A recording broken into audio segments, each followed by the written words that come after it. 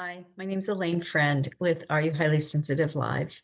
Thank you so much for tuning in, and I hope that you will subscribe if you're on YouTube or follow me wherever you might be and share this content widely.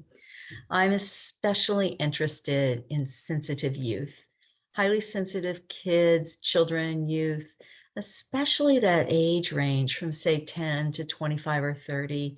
Adolescence is that's the new range of adolescence, if you can believe it. It seems a little insane to me, but that's what it is. I think it's really important once children start to be able to talk about themselves and be on their own in the world, which of course starts much earlier in most of our cultures, as young as 4, 5, 6, and through elementary school too, that they're able to talk about how their brains are different if they're highly sensitive. And our brains are really different when we're highly sensitive, without a doubt. There's something beautiful about being unique, and there's also something really painful about it.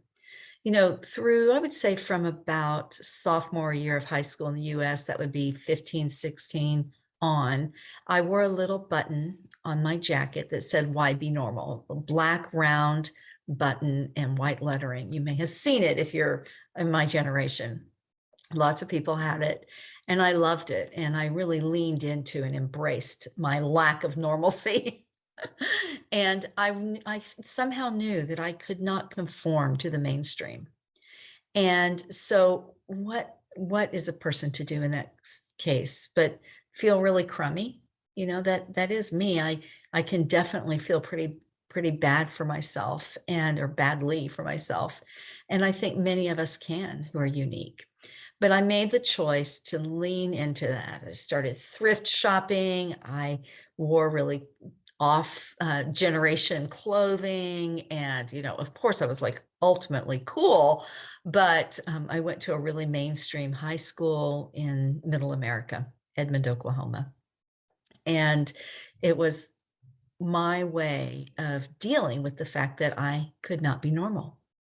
So let's start as early as possible. Like yesterday was too late, but today is not too late. So, when is the best time to plant a tree? Now, yesterday, 10 years ago, 100 years ago, right? But does that mean we shouldn't plant trees now? Of course not. It means go plant a tree by all means. Maybe not if you're where I am in California. I'm looking out at the forest where we have a lot of trees and a lot of forest fires right now. But trees make the world better. They clean our air for us and do so many other things. Well, let's teach our children to plant the trees of embracing being unique. Why be normal? I think it's more important than ever because we live in a world where we are trying to do a better job of recognizing diversity and honoring diversity. So, I'm kind of an OG in that department because many things about me are diverse, even though I look like your typical cisgender white heterosexual woman. There are many things about my family and my life that make us unique. And I think because of that, I've learned to lean into it. So, how do we teach the children about it? Do we buy them a button that says, "Why be normal?" No, especially not if they're especially in pain about it. But we sort of lean into the things about them that are unique and honor them and support them and encourage them. And here's the hardest thing, in my opinion, for parents: you don't want your child to suffer. Not only that, you want your children to be happy. So whether they're 2 or 12 or 22 or 52, we want our children to be happy and successful in life. We don't want them to be shunned or teased or be challenged too hard. And those are valiant and right intentions and desires. The thing is, though, it's not our responsibility to make our children happy.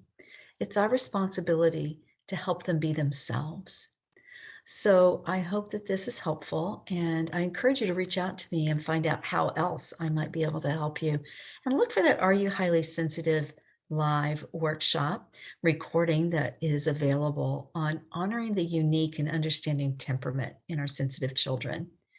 I think that you'll find it very helpful. And I just want to say that temperament is the way to go. So, you know how, here's one more little thing. I should save this for another video, but I'm going to do it anyway, because I always do too much. You know how, whatever kind of, say you have a dog, you know, dogs have all different kinds of personalities. There's different breeds too, but they're also just different personalities and temperaments. I got to tell you, I have a really strong-willed little dog right now. And so I know that dogs are so unique and diverse.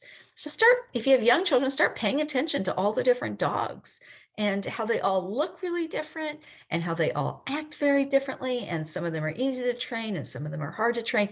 And if you have dog, maybe get in a dog training class with your kid so that they can actually have that experience and pay close attention to differences around you. This is a great way to begin the conversation with our kids about how being unique is neither good nor bad. It just is. Let's help our children learn to be. Thank you so much for listening.